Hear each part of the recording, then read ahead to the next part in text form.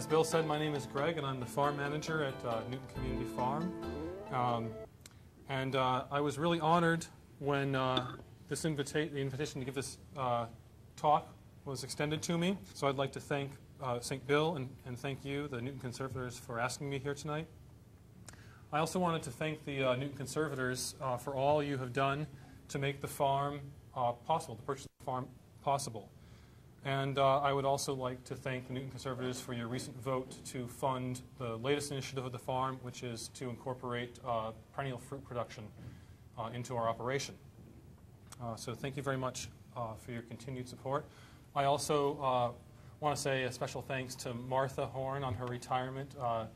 Probably more than most people in Newton, I have directly benefited from Martha's work. She was very instrumental in providing not only a roof over my head, but over the heads of my wife and children. So thank you very much for all you did to help us, Martha. So my talk this evening is called Bountiful Backyards, Fruit Trees, and Vegetable Gardens. So what will I be talking about? Growing fruits and vegetables, something I know a little bit about. I will be talking some about the farm, but really I'll be talking a lot about your yards and how you might start integrating edible plants into your own properties. I wanted to just give you a little bit of personal history. I grew up in Colorado. My mom was a master gardener, and we were out in the garden all summer long. We were paid a nickel a piece bounty on tomato worms. We were paid a penny a piece bounty on rocks, and there were a lot of rocks in Colorado. I got more responsibilities as I got older, tilling the garden. We also had compost, which today I think that most kids learn about compost in school. I don't think any of my friends when I was growing up had ever heard of compost and didn't know why we had a bunch of rotting vegetables and grass clippings in our backyard. But that was something that's something I've never not known in my personal life. Even when we moved to Boston 11 years ago, we lived in a third-floor apartment, and we had our compost going under the kitchen sink in a worm bin, and we would use that worm-generated compost to grow tomatoes in buckets on our fire escape. Growing up, we did lots of vegetable gardens. We had a pretty large vegetable garden at my parents' house.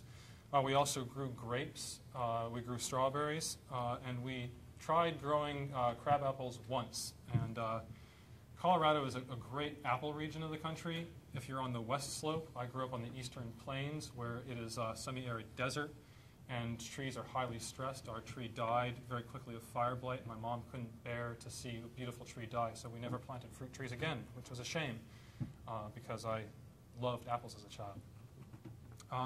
So I've been growing fruit and vegetables in my yard for a really long time. I am not an expert on growing vegetables. There's more to know about growing fruits and vegetables than I think any person can really gain in their lifetime, but I am very enthusiastic about that, and it's that enthusiasm that I'd like to share with you tonight. So Newton is known as the Garden City. When I first thought about giving this talk, and I thought about Newton, what came to mind was lawns, hemlocks, some arborvitae, and lots of Norway maples. And I don't want to bash those things. The farm, for those of you who visited, has a nice lawn in the front yard with a big, beautiful purple Norway maple. And I just had it mowed by a volunteer, or an indentured servant, as they might be called. And after it was mowed, I sat back and I looked at my freshly mown lawn and my Norway maple, and I thought, well, this is beautiful. There is something appealing about that environment. But there are other things that you can do with your property that might be more exciting, and that's where I'm headed tonight. So there's another meeting, I hope, of calling Newton the Garden City, and that is the more traditional meaning of garden as a place to grow vegetables. I told someone last year, my first year on the job, I had lots of visitors coming to see just what the heck was going on here. And I said to someone, you know, if we carry out our mission, we'll put ourselves out of business. And they said, what are you talking about? And I said, well, a big part of our educational mission is to get you growing fruits and vegetables at home. And if we were successful in that, there wouldn't need to be a farm anymore because people would have all the vegetables they need at their homes. It takes a remarkably little amount of space to grow all the vegetables that one reasonable person can eat in the summer.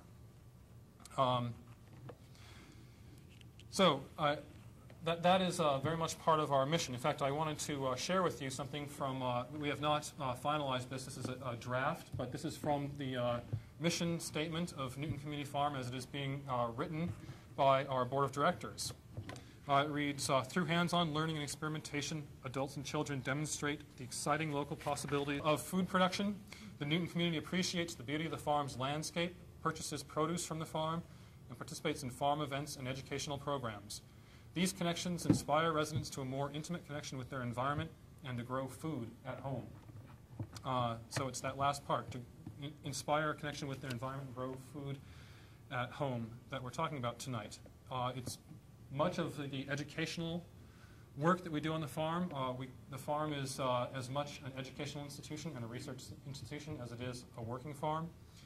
And a lot of the educational research that we are hoping to generate will be intended to benefit not only other small New England farmers, but also homeowners. So why is this encouragement to grow food at home part of the mission of Newton Community Farm? Because, as I like to think, local foods ought to start at home. Why? Well, because we don't live in Iowa. Actually, this is rural Illinois, not Iowa. But we don't live in a place like this. We live in Metro Boston. There is a lot more land in Metro Boston in suburban yards than there is available for farming. So if we actually want to have a local food economy, which is something that I am and all the other farmers in this area, and there are a lot of farmers in this area, it's a surprising thing to a lot of people. If we really want a local food economy, we have to think very creatively about how to do that, and that's going to involve people growing their own food to some extent. Now, I'm not saying that we all need to follow Barbara Kingsolver's example, for those of you who have read her new book and move back to the family farm and become homesteaders. I'm not asking anyone to become a homesteader. I'm just saying, why not put this huge amount of space that we have in Newton that comprises our yards and some of our public lands, why don't we take that huge amount of space and put it to some more productive use and beautiful use? So every argument that we have for local foods is an argument for growing in our own yards. There's also another reason. Vegetables and plants and fruit trees are beautiful. Part of the mission of the farm is to make the farm a place of beauty. And while I think ornamental plants are quite beautiful, I also think that there's a special beauty to plants where form and function combine. So I'd like to say a few more things about why we should grow food in our backyard or front yard or side yard. This is a shot from a house in Nonantum. The side of the house there has a two-story grapevine trellised in a very small space. So this isn't just about backyards, despite the title. This is also about side yards and front yards. So as our mission statement says, our goal is to inspire residents to a more intimate connection with their environment. So I'd like to give a bit more history about myself. I was asked about this at dinner tonight. For those of you who don't know this, I have my master's degree in theology, and I'm doing my PhD currently at Boston University in religious ethics. That religious background makes me not shy, I guess I would say, to use religious language. I think it should be a perfectly acceptable thing to use religious language. I do it in a non-dogmatic way. I studied in Berkeley and then at Boston, so I have a very liberal theological education. But I do think about farming and growing food in spiritual terms. And I believe that the connection with the environment and with the seasons that comes with growing your own food deepens your relationship with the divine, and that this is true for people of all religious persuasions. Why?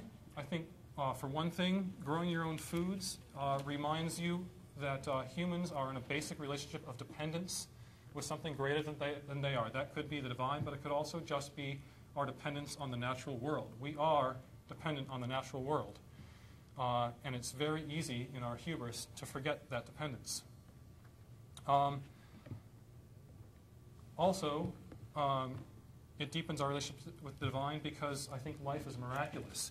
It never ceases to amaze me when I see things like my lettuce germinating, how little I'm actually contributing to what's happening on the farm. I put a seed in the ground, and these things just do what they were made to do or what they evolved to do, or however you think about nature. And it really seems like what I'm doing is just helping them along. And that is an important thing. While nature is miraculous and life will go on, it's also something that we can be involved with. We can be involved with this miracle, and that's a very special thing to me. So being involved with this process leads to the next reason that we should consider growing fruits and vegetables in our own yards, and that is education. This is the big part of our mission at Newton Community Farm. Growing fruits and vegetables, we can educate ourselves. When as a student at BU, I've had to take a lot of courses in the history of science, and all the great scientists up through the 19th century and even into the 20th century were, whatever their field, also naturalists. They were keen observers of the natural world, and growing fruits and vegetables, if it does anything, teaches you to be a keen observer of the natural world. It teaches you to be aware of seasons and cycles, how something as simple as a fruit tree can change from one season to another. This is a really important thing in today's world where we are often insulated, quite literally, from the change of seasons in our homes, in our cars, in our offices. Growing things gets you back out into nature to see what it feels like when it's 40 degrees and raining versus 85 degrees and sunny. It also creates an awareness of place. One of the reasons I think farmers stay put so long is because you come to really love the place that you're at when you spend all your time working the soil and bringing life forth from it. We also can educate our bodies when we grow our own fruits and vegetables. We can educate our bodies both in terms of the food that we're eating, food that you grow at home or that you buy from a local farm. Not only most likely tastes better, I would say almost undoubtedly tastes better, but is also better for you. Dwayne was just telling me one of his favorite quotes earlier this evening. This was coming out of the whole fiasco with wheat gluten being contaminated. What was the quote, Dwayne? Buy local, stay alive. But actually, there's a lot of research that indicates that fruits and vegetables that are grown locally and grown organically are much higher in vitamin content, mineral content, so there's a much better nutritional value for that food. And we can teach ourselves how to work. We all work, we all have jobs, but working in an office and working with your hands outdoors are different sorts of things. And I think that in our society, it would be a good thing if people spent more time working with their bodies and really getting to understand themselves by using their bodies. We also educate our children by growing fruits and vegetables at our home. So what can you learn at a farm? Well, these kids, first of all, these kids learned a lot. These kids, at least one of them there, spent over 200 hours last summer working at the farm. Another one spent probably 60 hours working at the farm. They learned how to do everything from seed a tray or seed a row directly, all the way through watering it and harvesting it, and even selling it at the market. They also learn where food comes from. I have heard just shocking stories. I do a lot of talking to public school kids, and I hear just the funniest stories about the kinds of things that school kids think about where food comes from. They it's incredible how unaware kids are of the source, the ultimate source of their food outside of Whole Foods. They also learn to love vegetables. I hated spinach when I was a kid. That was the worst thing. Now I love it, and I don't think it's just a difference of 30 years. I think that it's a difference of frozen or canned, really overcooked raw spinach versus spinach fresh out of the garden, lightly cooked or raw in a salad. Kids really like this stuff. I gave a friend a bok choy the other day, and her 5-year-old son gobbled bok choy up like it was the best thing in the world. Kids also learn to appreciate themselves and take great pride in themselves when they are given tasks that are meaningful. So this is one of the things that we do on the farm, and it's one of the things that you could do in your own yard with your kids or your grandkids. Let them plant something. Let them raise food, and they will feel an incredible sense of pride and accomplishment in what they've done. And finally, they can learn that vegetables are fun. There are lots of creative things that you can do.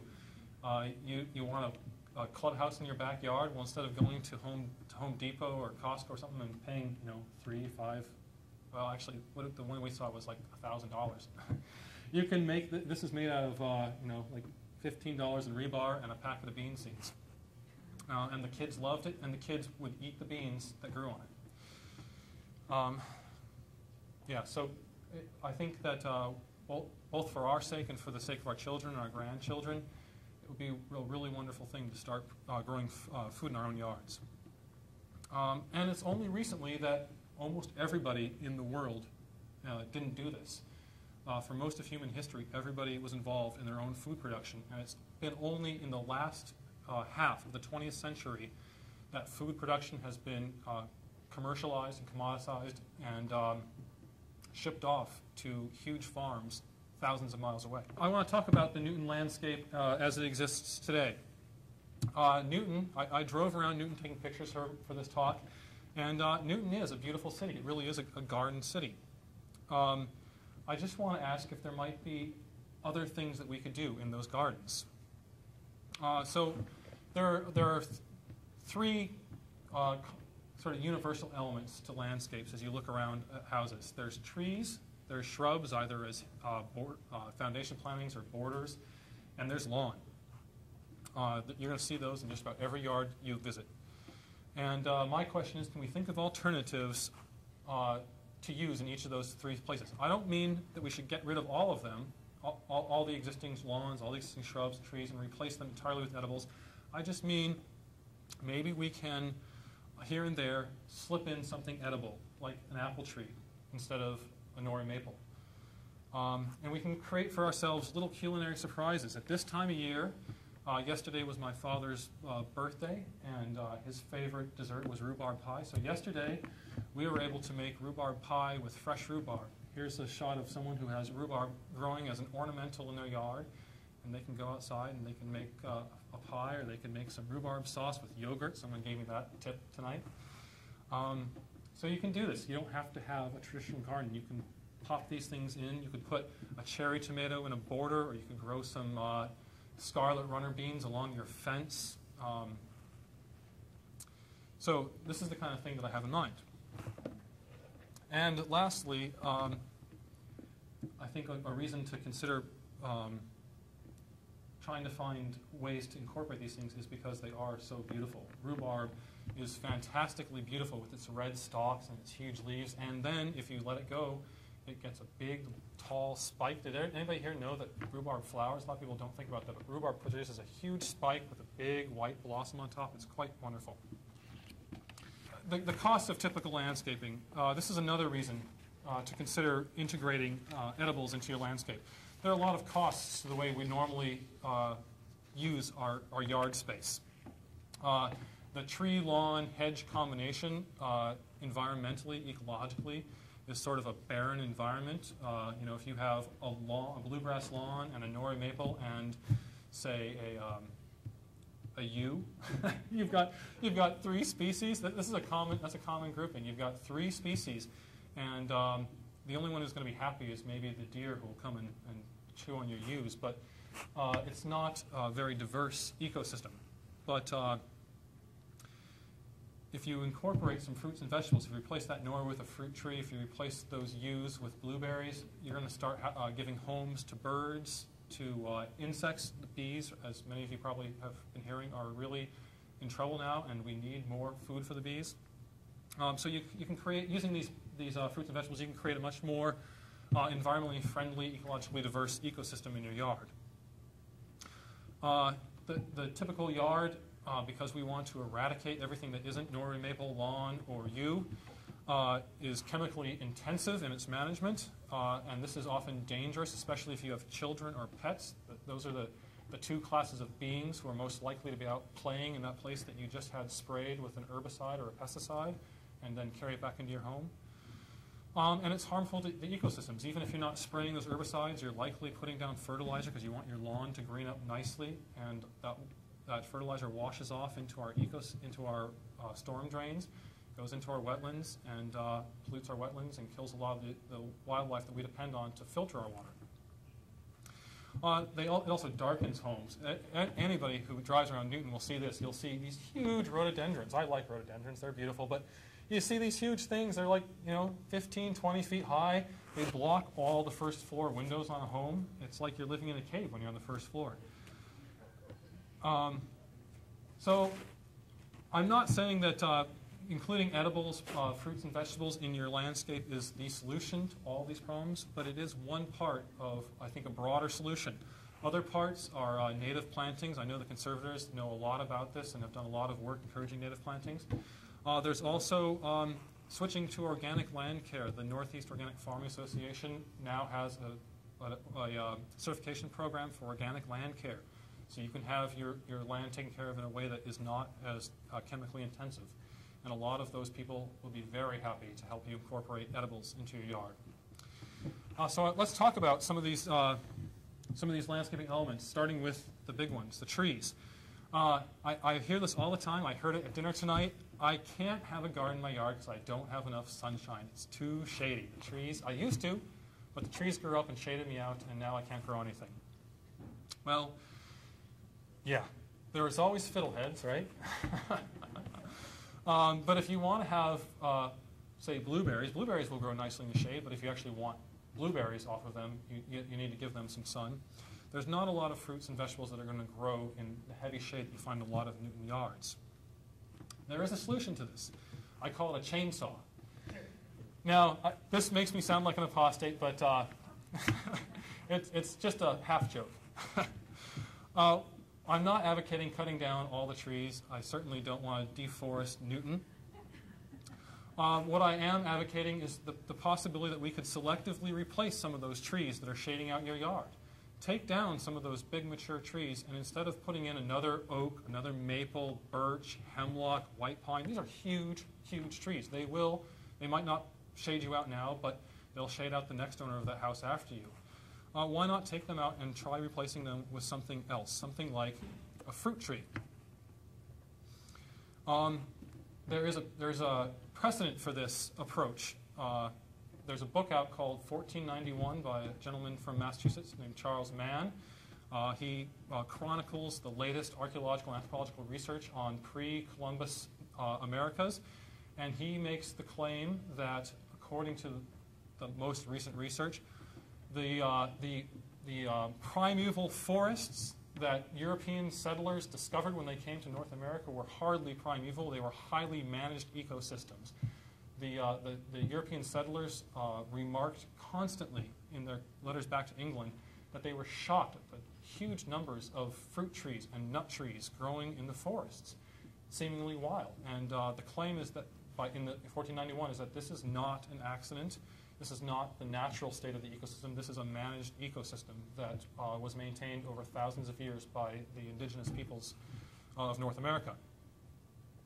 I want to talk about shade density. Just quickly, this is the amount of light that a tree lets through its canopy, and not all trees are created equal in terms of their shade density.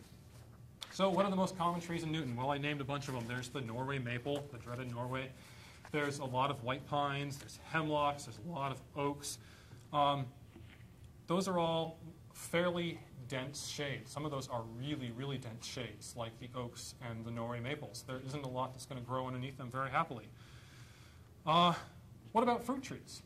Well, if you let a fruit tree go, if you don't prune it, then you still are going to have fairly heavy shade. But if you are pruning fruit trees the way they need to be productive, then what you end up with is this dappled shade. It's a very open canopy, and it lets a lot of light through, and you can grow stuff underneath. So if you look at this picture, underneath this tree, there are lots of shrubs growing right up to the trunk of this tree. They're getting plenty of sunshine. These are not shade plants. There are also a lot of fruit trees that have now been dwarfed. This is, I believe, the same tree, both flowering on the left, on your right, and then fruiting. This is called an M9 super dwarf rootstock. This is really popular at orchards these days. This is a mature tree. This is as big as it will ever get. That fruit tree will not shade out anything in your yard. These are also per square foot one of the most productive things that you could plant on an acre of land. This is another example. This is a pear tree. Does anybody care to guess how old this tree is? That tree is about 8 feet tall. Any guesses? 20 years. This tree was planted in 1969. So this is a dwarf rootstock and has been kept even shorter by selective pruning. And again, you can see that there is a nice dappled shade with lots growing underneath it. You can also use fruit trees to create shade. I mean, a lot of times you actually want that shade, right? You want to put a deciduous tree on the south side of your house to shade it in the summer and let sunshine through in the winter. You can do that with fruit trees still. So here we have an apple on a standard rootstock. So this, and actually this has been pruned a lot to keep it short. Apples can get much taller than this. But you can still use fruit trees as shade trees. Anybody want to guess how old this tree is?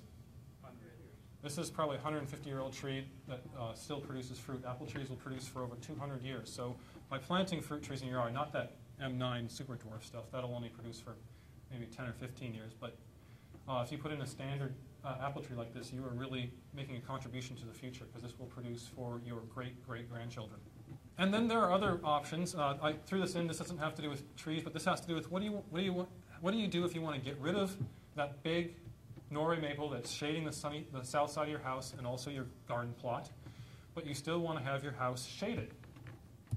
You can't see it very well in this picture, but what we have here is the south-facing back of a house with a trellis all around it, and the entire house has been trellised with hardy kiwi vines. This is a kiwi that survives here in New England, produces kiwi fruit. It's a deciduous, so it lets the sun shine through in the winter, and all summer long it shades the back of the house and provides fruit.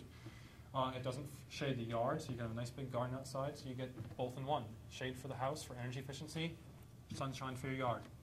And just briefly, I wanted to run through some of the types of things you can grow because it's surprising the number of fruits that you can grow in New England. So we've talked about apples. At the farm we have pears. We also at the farm have Asian pears. You can grow peaches, nectarines, cherries, plums, persimmons, quinces, lemons. Here we have, this is a Meyer lemon that someone brings in, puts in a southern window in the winter and then takes outdoor for the summer. There's mulberries that we have at the farm, service berries, figs. There are figs that supposedly, we're experimenting with these, will produce fruit after dying back to the ground, but there are also fig trees that can be buried to provide winter hardiness. And then there are all the nuts, filberts, walnuts, pecans, pine nuts, butternuts. So there is a lot of stuff that you can do very creatively by selectively replacing some of the trees in your yard.